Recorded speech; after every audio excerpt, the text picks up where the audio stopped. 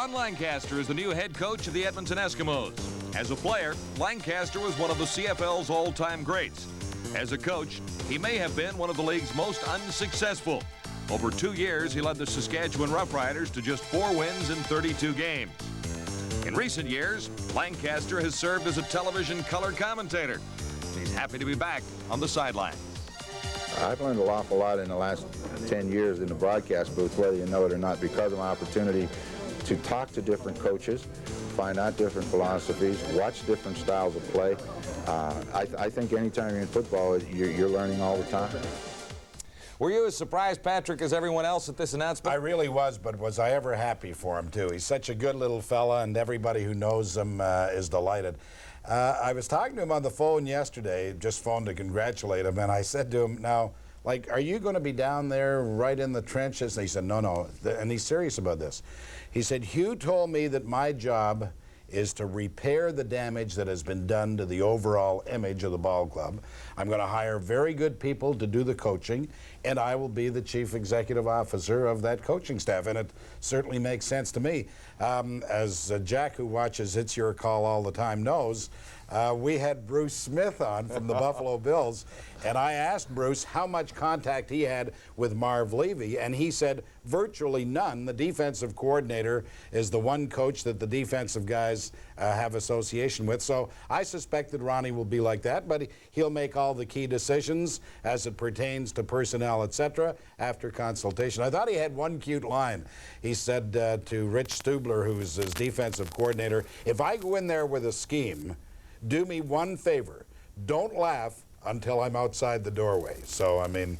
Well, you got even for your lull off the top of the show, obviously. Thank you. I think he's going to be a winner in Edmonton. I think Lancaster will win. I don't think there's any question of that. I think it's a great move on Hugh Campbell's part, and as Pat mentioned, he's got a job to repair the damage that's been done to the Eskimo image. I don't know how much damage has been done other than they had some problems near the end of the season there with some problems within the clubhouse. But the Edmonton Eskimos have always personified excellence in the Canadian Football League, and it takes style like Hugh Campbell's to hire a guy like Ron Lancaster, who is in himself Canadian football. And I think it's a marvel. The two things that have happened this week in the Canadian Football League have been substantially benefited the league as a whole, in addition to the two cities involved. And Ron Lancaster did a great job. Jack. Ron Lancaster's played, coached, watched football, and has always come up with an intelligent remark as to what's going on. I doubt very much, though, Pat, if he's going to stay that much hands-off. And the other thing is, I used to watch It's Your Call, but my insomnia has been cured. I don't watch it anymore. Well, you're missing out because 99% of the people do. But no, the point I was going to make about Ronnie is he's such a personable little guy. There is nothing offensive about him other than the fact he was a great offensive player when he performed. He's a Hall of Famer in every sense of the word. The other thing, John, that was startling, and we talked to Ron about it on another show last night, he does not have a contract. He and Hugh Campbell have agreed on a handshake as to how this deal is going to go, and if you're fired in the middle of the season, here's what you're going to get. So that's a unique setup, and I think that tells you how, in fact, Ron Lancaster and Hugh Campbell coexist, and I think that augurs well for Ron Lancaster's future. And just another feather in Hugh Campbell's cap. I think it's a marvelous choice, and what a classy way to handle it. All right, here's what some fans had to say about Lancaster in Edmonton. I liked him as a player when he was with the Riders. His coaching debut with them didn't seem to be too good, but this time around I think he's going to have better players to work with. I think they're going to have to trade a few of the players that were taking a lot of heat in the media this year, but overall I think he'll do a better job this time than he did last time. I think it's an excellent move. Guy with his experience and obvious success in football will do real good with him at the head coach job. Well, he's been around it all the time, so it might not be a problem, but as far as coaching, he hasn't coached for quite a while.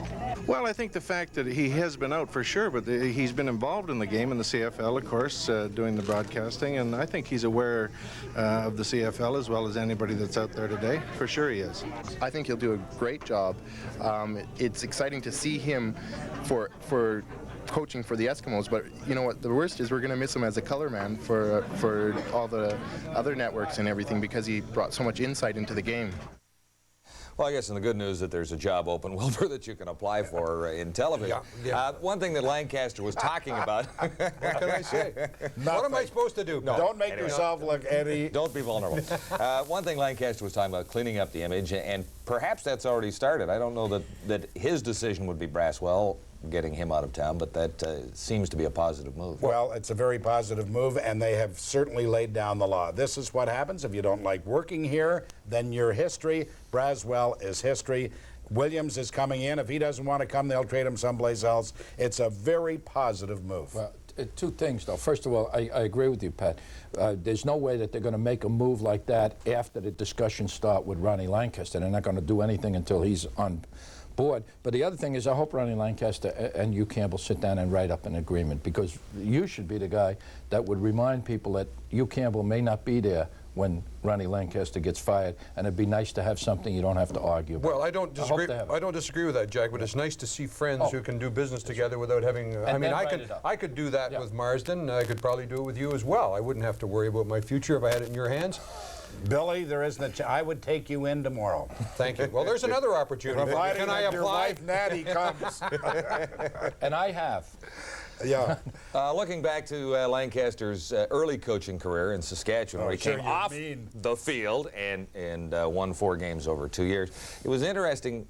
At that point in time, he was trying to replace himself as a quarterback, and also there was nobody left on the offensive line. No, and your point is perfectly made, because that's the one negative comment I always had about the Saskatchewan Roughriders. They never did a job in getting somebody to be his replacement. Consequently, when he retired, he's left with no offensive line. They end up getting Tommy Clemens, but Tom Clemens couldn't have played there. Joe Montana couldn't have played there, because at the time there was nobody in the offensive line. Well, no, in fairness though, Pat, how do you replace a Ron Lancaster on the field? It might have appeared easy, but you just don't do it. This guy is a legend, and as much as that may have been the mandate of the executive, it was a very difficult chore to replace Ron Lancaster. And what about on the CBC? Now we got a chance for our good pal Leo to get back in, a very capable guy.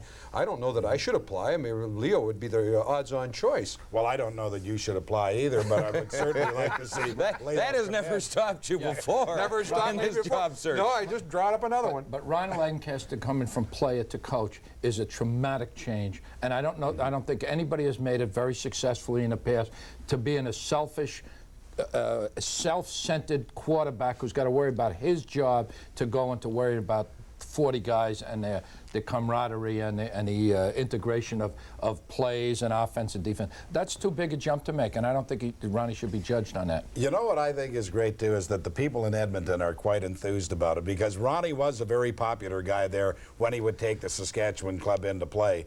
And as a matter of fact, I think, you can correct me, John, because you'd know this, I think the final game that he ever played was in Edmonton, and they gave him just an unbelievable I think you're right. I think, and I can't remember the year, but... Well, if he is, it's the first time today. Anyway, accolades all around for Ron Lancaster as he takes over in Edmonton, and lose 3 in a row, Lanky, and we'll carve you right here on this show. Page 3 in a moment. Grant Fuhr gets to play again. Houston.